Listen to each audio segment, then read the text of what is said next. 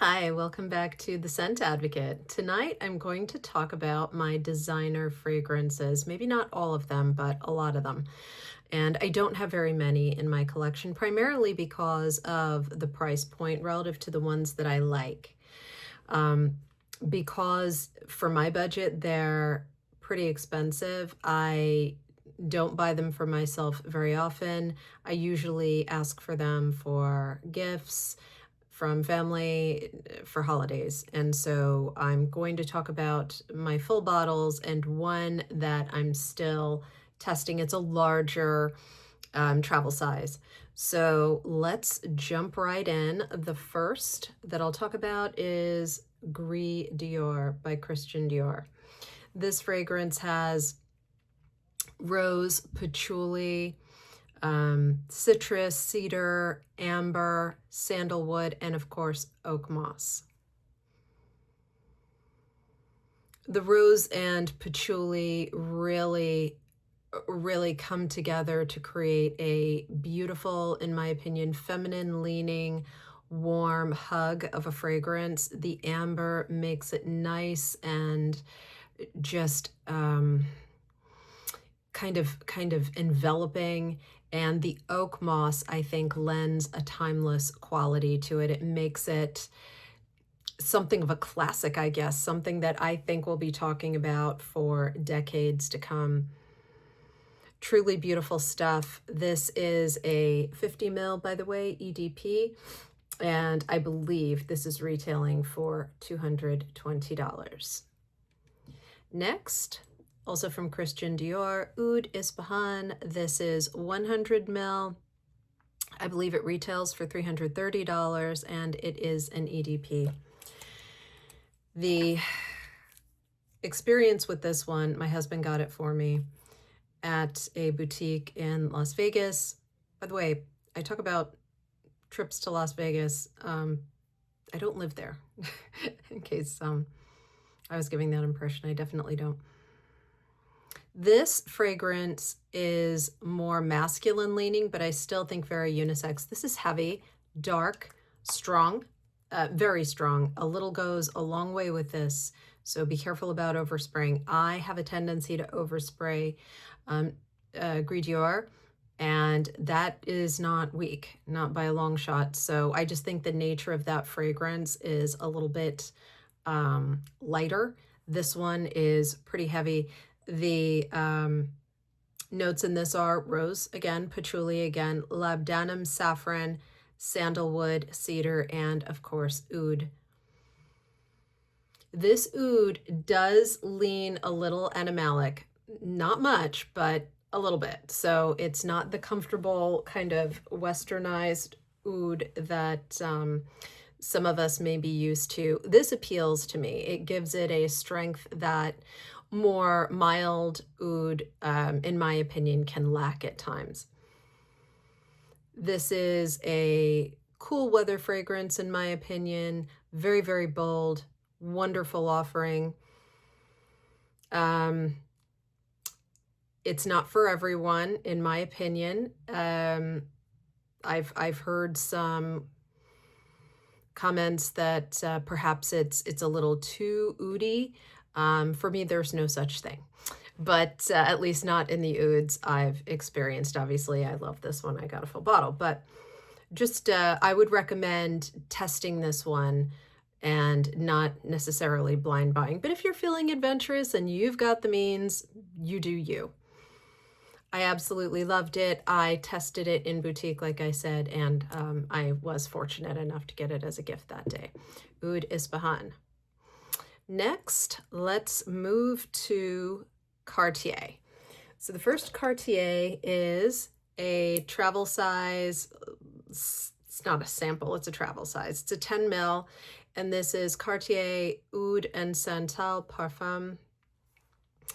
This I got also in Las Vegas, and I bought a full-size bottle of another fragrance, and I got this as a gift with purchase. And this is Oud Santal, This would retail for 75 ml at $355. I already said it's a parfum.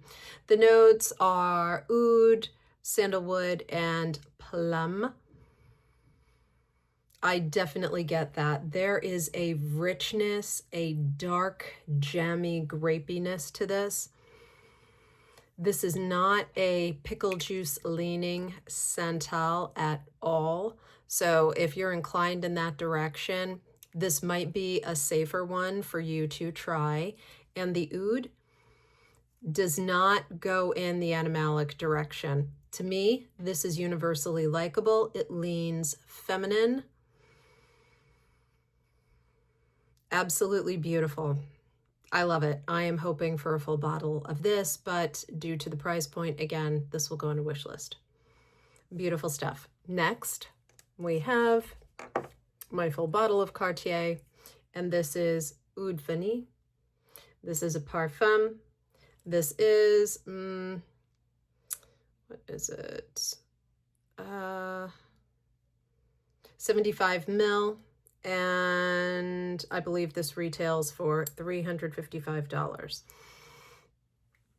This is the fragrance I walked out of boutique with when we went to Vegas for that same trip I just mentioned twice. Oh, it's so beautiful. Again, the oud is more of that Western oud. So a safer oud, not at all animalic. This is pretty linear, comparatively speaking. Oud and vanilla, gorgeous in its simplicity. Very pretty. If there's a floral in here, it may maybe the slightest hint of a gardenia, very, very young gardenia. So mild and precious. Lovely. There is a birthday cake note in here. I love it. So yeah, maybe leans to me a little bit in the gourmand direction, but so sophisticated, so beautiful. Oud Vanille by Cartier. Moving on, we have, let's see here, I'm just going to get my notes. Louis Vuitton. Oh yes. I'm going to butcher this. Attrape-Reves. Gosh, I hope I got that right. EDP 100 ml retails for $350. As my research indicated, I could have gotten that wrong, but that's what I think I saw. The notes in this are rose, lychee, cedar, ginger, peony, cocoa, and patchouli. I fell in love with this. Just incredible. I got a sample of this years ago, and I got this as a present. I had been asking for it for years, and finally I got it. It's a jammy, chocolatey, bright rose.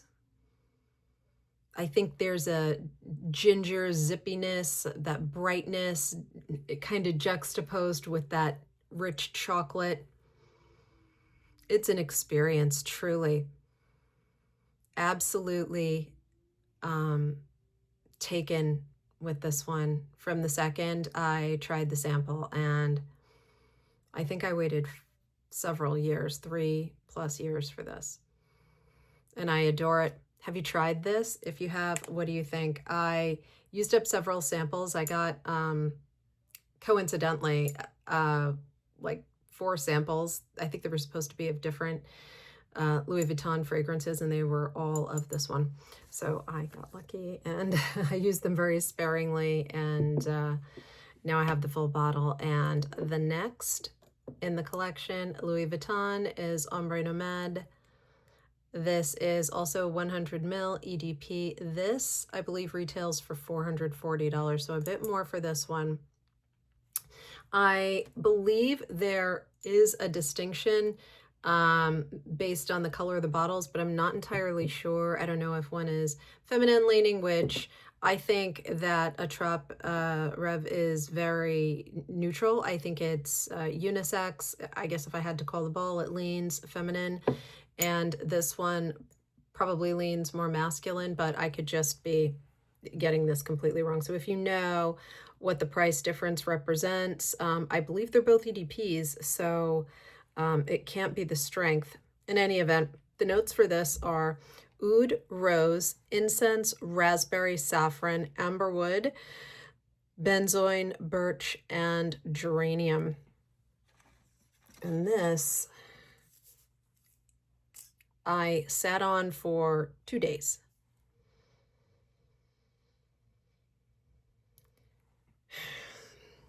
All right. This has raspberry. Yes, I think people tend to, at least the essays I spoke to about this fragrance, they talk a lot about the raspberry, and it's there. But to me, this is more oud, rose, and incense. And the oud is strong. It's definitely not animalic, at least not for me, but it's stronger than typical Western oud. It's stronger even than the oud in the Cartiers. In my opinion, it's got a, it's more singularly pronounced in this fragrance. Maybe that's a better way of saying it. It's far more obvious, and the notes are more, it's blended, right? We always talk about how well combined it is or how well blended it is. This obviously is an exquisite fragrance. I'm not going to say it's not well blended. Of course it is. And it has its own accord and experience. But I think for me, the notes in Louis Vuitton fragrances are easier to identify. I think that's the genius of these fragrances, is you've got a gorgeous combination from bottle to bottle, but you can still identify a lot of the notes. And this is no exception. Obviously, I can't identify saffron. Those of you who've watched me before know that I don't know. I just cannot pick out saffron to save my life. And it's the same here. The geranium, I'm not getting anything other than the rose in here as a floral. Maybe that's part of the fragrance that is really heavily combined and not distinguishable, but the incense is there. It's hard to discern for me the incense from the oud. This is a smoky fragrance, but not so much that incense would be the first thing identifiable by me. It would be the oud. And the amberwood, definitely benzoin. It's that vanilla hint. For me, it sticks out as a hint of vanilla, but very resinous. And, you know, all of it just flows very seamlessly together. And yeah, this leans masculine for me. I don't care. I wear it. Those of you who watch me know that that is never a deciding factor for me. So these are most of my designer fragrances, unless you're going to count Tom Ford. If Tom Ford counts as a designer, and I suppose he does, then I've got quite a few more designer fragrances that I've collected over the years. But I always kind of felt Tom Ford leaned niche a lot. I don't know, I guess there's no real reason for that, but in my mind, I always kind of lump his fragrances in with the niche. I think it's just the DNA. They smell really different to me. I love all of these. Like I said, they really stood out to me. I don't gravitate towards designer brands for the most part, but these are really special. And so some others that I'm considering from these brands are, I'm just testing these. Le Mencite by Louis Vuitton, Matiere Noire by Louis Vuitton, and Myriad by Louis Vuitton. More to come on those as I test them. Not ready to talk about them just yet. And then on the Dior side, I am love this one. I'm really struggling with Dior Amour. I don't usually care for florals, but that one's an exception. And Declaration. Really, really beautiful stuff, both of them. So if you've tried those fragrances and you have opinions on them, I'd love to hear them. Let me know what you think of the full bottles I have in my collection. And what do you think of the price points on these? Do you agree they're a little steep? What are your predictions about those price points changing in the future? And if you aren't yet a subscriber, please consider subscribing. And if you like the video, give me a like and leave a comment. Thank you so much for watching, and we'll see you in the next one. Bye.